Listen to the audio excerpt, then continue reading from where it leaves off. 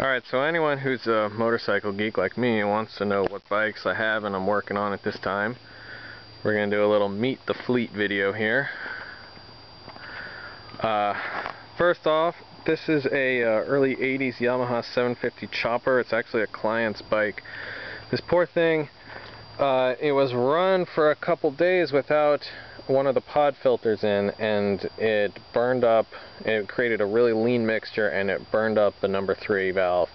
And so right now I'm currently rebuilding the carbs. We might end up replacing them because one of the housings is broken, but we're definitely gonna have to get into the valves sooner or later. It's a sweet looking bike, but man, it was not taken care of, and that's a damn shame. So this is the only one that's not mine. These rest here are mine. This is a 1984 ZN 1100. It came to me without a tank or carbs, but it was all bobbed up like this, and I think it's pretty cool, and it's going to be wicked fast once I'm done with it. I'm waiting on the jet kit to arrive, and then it ought to just fire right up. It's kind of a rat rod, but someone is definitely going to love this. This here is a 87 or so KX80. This dirt bike, I mean, I've had for a long time, and I just haven't had the gusto to put any time into it. I mean, it looks pretty sweet, and it should run. I just got to put an afternoon into it, and then it should be all right. This here, this poor Vulcan is a 95 Vulcan 750.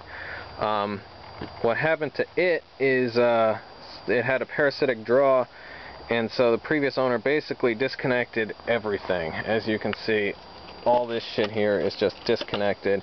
He failed to find the source of the problem, and then he just sort of abandoned it in the condition that you see it. I don't really feel like I'm going to do anything with it because I have a fella over in Lake City who wants to trade me 3 running dirt bikes just for this bike as it sits. So, I mean, can't beat that. So, I'm not even going to invest any time into it. Ain't much left here. I got this with a, it had no title, and so I figured I'd just part it out. I made about 6 or 7 times what I paid for it on eBay, and all we have left are tires, frame, and the engine. I mean, I wouldn't even include forks in that because these forks are all shot to shit. It might be good for rebuild if somebody wants to invest the time into it, but this thing is basically scrap. This gaudy motherfucker here is a 1984 Honda Ascot VT500. I got this thing, and the guy said, you know, you know, I want 600 for it, and I talked him down to 200, and he's like, all right, well, I don't know what's wrong with it. It doesn't run. I mean, it's run fine, you know, for as long as I had it, and then one day it stopped running, so I don't know. So I'm like, all right, I'd bring it home, you know, I'm looking it over. It's got this really nice seat here. I mean, this paint job is like fucking ugly as sin. Well, I mean, if you like this thing, it's a really nice paint job, but I'm gonna have to paint over it. But I mean, like, all this stuff is shiny and new. It's got this blackout chrome here. I don't know if that's stock or what, but it looks just great, you know. And so I'm looking over it, you know, checking, make sure it has spark. It doesn't have spark. And I'm like, what the fuck is wrong with this thing, you know? And I look over here and like, oh, the kill switch, it was on off. Let's turn it to run, you know, and see what happens. Put it in neutral. There you go. And there you go. I haven't been able to find a single problem wrong with this thing. It's got one of the lowest sustainable idles that I've seen for such a small bike. I mean, it's just,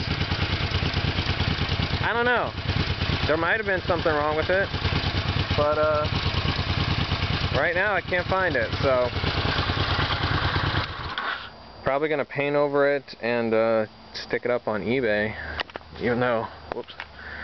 Even though, I don't know, I mean, this might be a good bike for Lori. It's fun as hell. That V-twin is a whole lot of fun to, I mean, it's just got a lot of torque to it, and it's a lot more fun than, you know, an EX500 or a GS500 or something like that. It's a cool little bike. Over here, we got my ride. This is a 1985 GV 1200. I rode this thing across the country and back. It is, as far as bikes go, there could not have been ever conceived a better bike than this one. I mean, perfect amount of torque. It's small, not too big, still kind of heavy, you know, but it's got just a beautiful note to it. I mean, you know, I don't know, man. I mean, forks are great. I got these little deer whistles that I put on myself. I mean, I really like these grips here, you know. It's just been an absolutely trouble-free bike ever since I've owned it. Seat's starting to split a little bit, but other than that, I have absolutely no complaints about this bike. They were only made in 85 and 86, I believe. And so they're super rare, you know, only about 4,000 of them out there. And I don't know. I don't think I'll ever get rid of this bike. I absolutely love it. So all these guys here are sort of transitory projects. You know, it's sort of what I do on my days off, you know, work on these bikes while my neighbor over there works on the monster trucks. See if I can get one. I can't really zoom in on it. Yeah, he builds monster trucks and fan boats, and I build the bikes. I'm really looking forward to seeing how this one rides. So far I've only ever heard it sputter, you know, because you know, the Jet kit is from a KZ, or the Jetson era from a KZ 1000, and it's a 1100, so needs a little bit of tweaking. And this thing, I mean, I can't wait to see this thing get out of here. Once it gets up and goes, that's going to be the end of it. I just got no use for a KX80. I mean, 80's just, you know, too small for me. Also looking forward to getting this thing on the road. You know, this guy's definitely giving me enough money for it, and he's hoping for some results. So as soon as the parts come in, then, you know, we'll wrap this one up. And that's about it, you know.